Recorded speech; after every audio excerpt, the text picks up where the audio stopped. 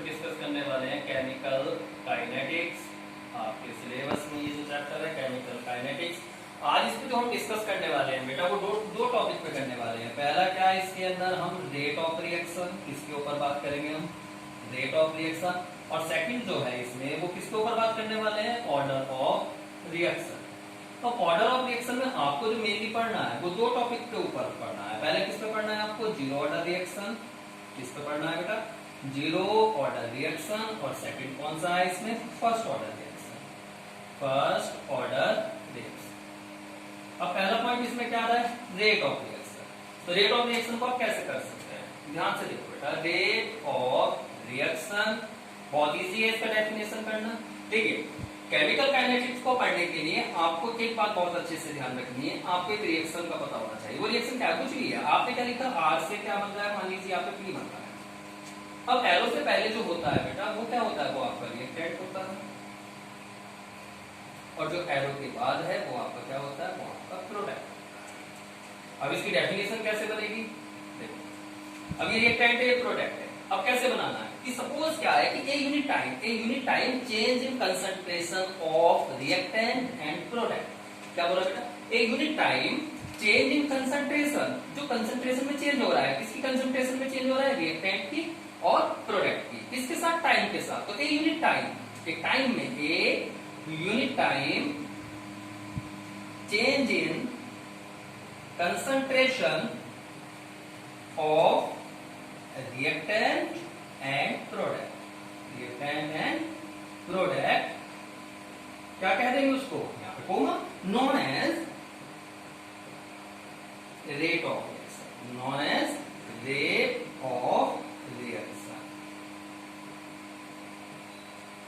तो मैंने क्या बोला बेटा, किसी भी रिएक्शंस का रेट निकालने का जो है वो बहुत इजी होता है। लेकिन अगर आप उसकी डेफिनेशन की बात करें तो डेफिनेशन बहुत इजी होता है। कैसे होता है, ये आपका क्या है, रिएक्टेंट, एरो के बाद क्या है, प्रोडक्ट है। तो a unit time change in concentration of reactant and product known as rate of reaction. A unit time change in concentration of reactant and product known as rate of reaction. अब इसका formula कैसे होता है, suppose कर लेते हैं। Suppose क्या करा कि वो यूनिट टाइम क्या है जिसमें जो कंसंट्रेशन में जो चेंज हो रहा है। तो सपोज वो यूनिट टाइम कितना मान लिया आपने, वो यूनिट टाइम आपका कितना है, डेल्टा टी है।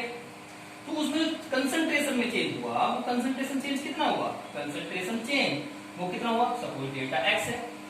तो यहां से जो आपका रेट ऑफ रिएक्शन बना, रेट ऑफ रिएक्शन वो क्या बन जाएगा बेटा, कंसंट्रेशन में change, change in concentration, change in time, change in time. तो क्या फॉर्मूला बन जाएगा, फॉर्मूला ऊपर लिख लेते हैं। क्या बना भाई, rate of reaction, rate of reaction directly proportional क्या आ जाएगा बेटा, change in concentration upon change in time. अब आपने क्या करना है, डायरेक्टली प्रोपोर्शनल है रेट ऑफ रिएक्शन। देखो बेटा जिस टर्म को हम पढ़ते हैं उसी टर्म में क्या आता है, कांस्टेंट आता है। अब टर्म क्या पढ़ रहे हैं आप, रेट का पढ़ रहे हैं, तो यहाँ पे कांस्टेंट आएगा, क्या आ जाएगा, के, और यहाँ पे आगे del x upon del t. अब यहाँ पे वेयर आप किसका टर्म पढ़ना है, रेट का, तो यहाँ पे जो कांस्टेंट बनेगा के, वो भी कैसा बन जाएगा, रेट का ही बनेगा। इसको हम क्या कह देंगे, रेट कांस्टेंट। तो ये आपका क्या बन जाएगा बेटा, यहाँ से आप इजीली क्या कर सकते हैं, अगर आपका एग्जाम में डेफिनेशन आती है तो आपको क्या करना होगा, यूनिट टाइम रिएक्शन को आपके माइंड में होना चाहिए। आर से क्या बन रहा है, पी बन रहा है। तो ये unit time change in concentration of reactant and product known as rate of reaction. आगे हमने क्या किया, सपोज वो यूनिट टाइम जो हमने लिया वो कितना है, डेल्टा टी है। तो उसमें क्या है, जो रिएक्टेंट या प्रोडक्ट की कंसंट्रेशन उसमें जो होने वाला चेंज है वो कितना है, डेल्टा एक्स है। तो रेट ऑफ रिएक्शन क्या हो गया, change in concentration upon change in time. तो यहाँ पे क्या बना, रेट ऑफ रिएक्शन क्या बेटा, change in concentration upon change in time. अब यहाँ पे क्या बन गया, अभी डायरेक्ट प्रोपोर्शनल करने के लिए कांस्टेंट लिया। कांस्टेंट किस टर्म में, जिस टर्म को आप पढ़ रहे हैं, रेट को पढ़ना है, तो यहाँ पे क्या आ गया, रेट कांस्टेंट आ जाएगा। तो rate of reaction equal A into delta x upon delta T. अब यहाँ पे क्या बात बनती है, यहाँ पे एक यूनिट आती है, unit of rate of reaction. इसकी यूनिट क्या होनी है, अब आपको पता है ऊपर किसका टर्म है, कंसंट्रेशन का, नीचे क्या आ रहा है बेटा, टाइम आ रहा है। तो अब आप जानते हैं ऊपर क्या है भाई, कंसंट्रेशन, नीचे क्या है, टाइम। अब कंसंट्रेशन क्या होता है बेटा, मोल पर लीटर, मोल पर लीटर।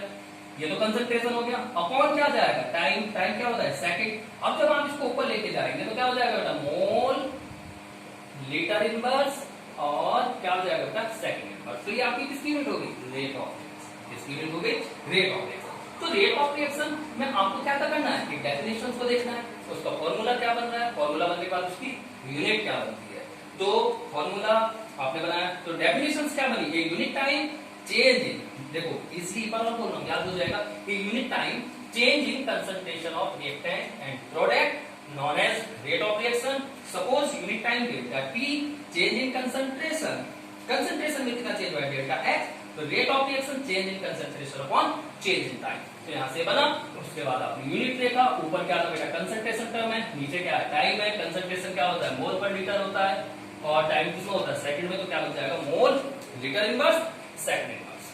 तो ये किसके बारे में बात की है, ये अभी तक आपने किसको देखा, आपने रेट ऑफ रिएक्शन को देखा। अब क्या आता है ऑर्डर ऑफ रिएक्शन, किसको ऊपर बात करने वाले हैं, ऑर्डर ऑफ रिएक्शन के ऊपर। तो ऑर्डर ऑफ रिएक्शन कैसे होता है देखते हैं।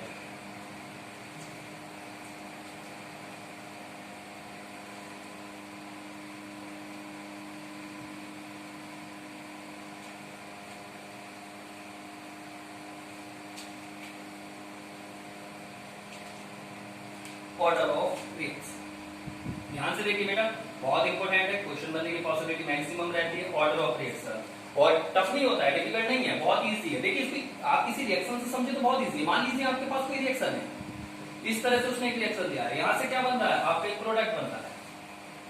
ऑर्डर ऑफ रिएक्शन निकालने को क्या जाता है, तो कैसे करेंगे, अब यहां से क्या बना है ए प्लस बी, एरो क्या है प्रोडक्ट। अब इसका रेट ऑफ रिएक्शन कैसे निकलेगा, रेट, पहले आप ऑर्डर से पहले रेट ऑफ रिएक्शन निकालिए। तो rate of reaction directly proportional according to law of mass action, mole कहां चले जाता है बेटा पावर में, ये ए बी की पावर बी।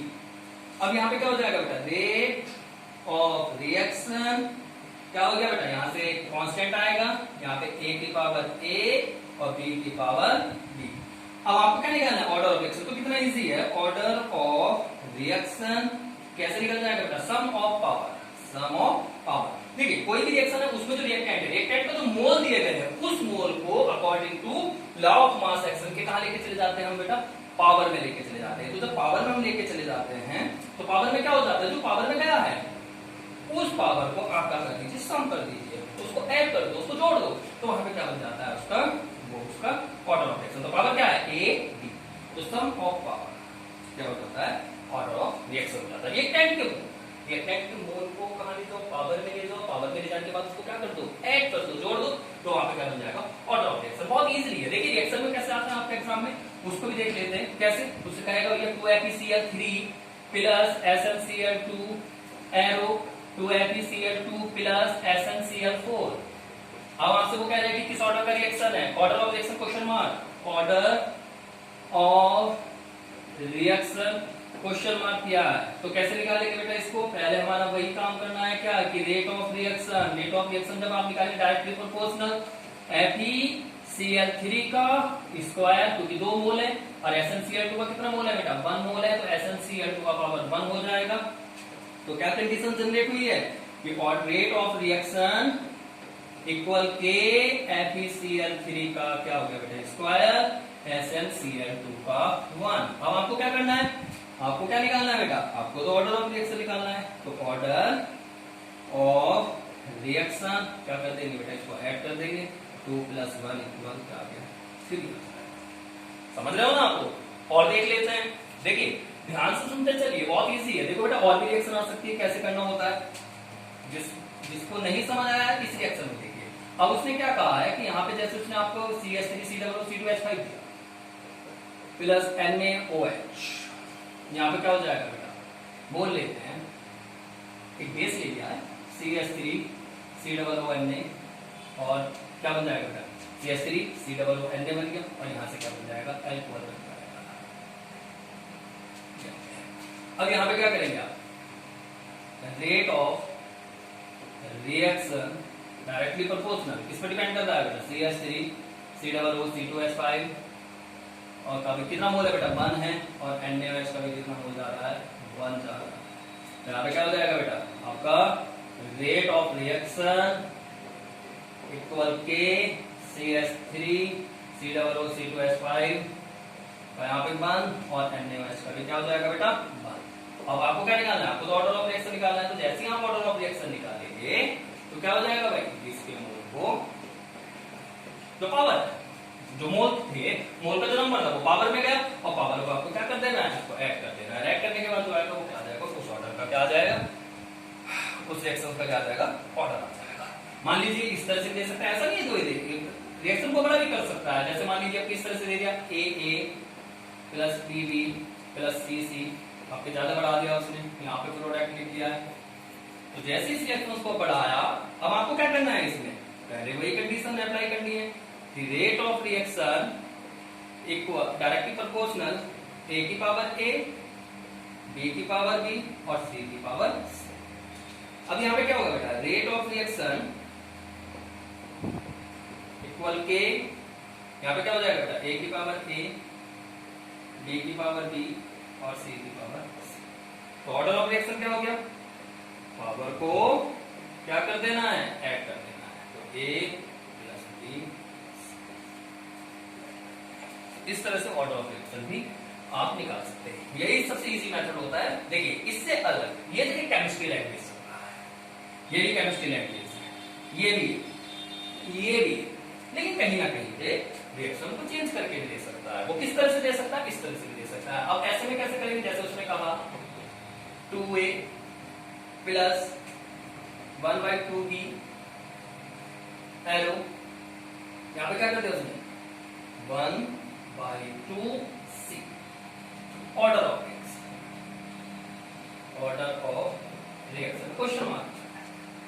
अभी तक आपने क्या देगा कि ठीक है सर यहाँ पे बहुत इजी बताया था, ये कर लिया, ये हो जाएगा, ये हो जाएगा, लेकिन यहाँ पे ऐसा नहीं है। यहाँ पे केमिस्ट्री की लैंग्वेज नजर ही नहीं आ रही है। यहाँ पे तो वैसे डिजिट दिया, यहाँ A दे दिया, यहाँ B दे दिया, यहाँ पे C दे दिया। अब इसका ऑर्डर ऑफ रिएक्शन कैसे निकालेंगे, तो बहुत इजी होता है। ऐसा ऑर्डर ऑफ रिएक्शन कैसे निकाल सकते हैं, देखिए यहाँ पे आप क्या करिए, जैसे इसका आप ऑर्डर ऑफ रिएक्शन निकालेंगे, ऑर्डर ऑफ रिएक्शन रिएक्टेंट का जो मोल है उसको ऐड करिए 2 प्लस 1/2। ये जो प्रोडक्ट वाला है ये इसका फॉर्म में ले जाओ। ये सीधा तरीका क्या होता है, इसको क्या करिए, जो प्रोडक्ट वाला है इसको माइनस कर दीजिए। जैसे ही आपने इसको माइनस किया, इससे कट हो जाएगा, तो ऑर्डर ऑफ रिएक्शन हो जाएगा इसका। तो इस तरह से भी आ सकता है। तो उसमें बहुत इजी होता है। उसमें क्या करिए, आप रिएक्टेंट के मोल को ऐड करके उसमें जो प्रोडक्ट का मोल दिया गया है, किसका दिया गया है, प्रोडक्ट का मोल दिया गया है, उसको आप क्या कर सकते हैं, माइनस कर सकते हैं। मान लीजिए जैसे यहाँ कुछ ना आपको एक और दिया, तुमने कहा कि 3/2A प्लस 1/2B, और उसने आपसे यहाँ पे क्या कह दिया कि 3/2C। और उसने क्या किया, यहाँ पे order of reaction question mark कर दिया कि इसका ऑर्डर ऑफ रिएक्शन क्या होगा। तो बहुत इजी है, कैसे कर सकते हैं, आपको पता है, इसको तो ऐड कर देना है और इसको क्या कर देना, माइनस कर देना, तो इससे कट जाएगा, तो क्या हो जाएगा, तो इसका क्या हो जाएगा, ऑर्डर ऑफ रिएक्शन। तो अभी तक मैंने आपको किसके बारे में बताया, रेट ऑफ रिएक्शन कैसे करना है, और सेकंड आपको ऑर्डर ऑफ रिएक्शन कैसे निकालना है। अब बात जो आएगी आगे, अब मैं नेक्स्ट लेक्चर में आपसे किससे बात करूंगा, आपसे किसके ऊपर बात करने वाला हूं, जीरो ऑर्डर रिएक्शन। किसके ऊपर बात करूंगा, जीरो। ठीक है, नेक्स्ट क्लास में बात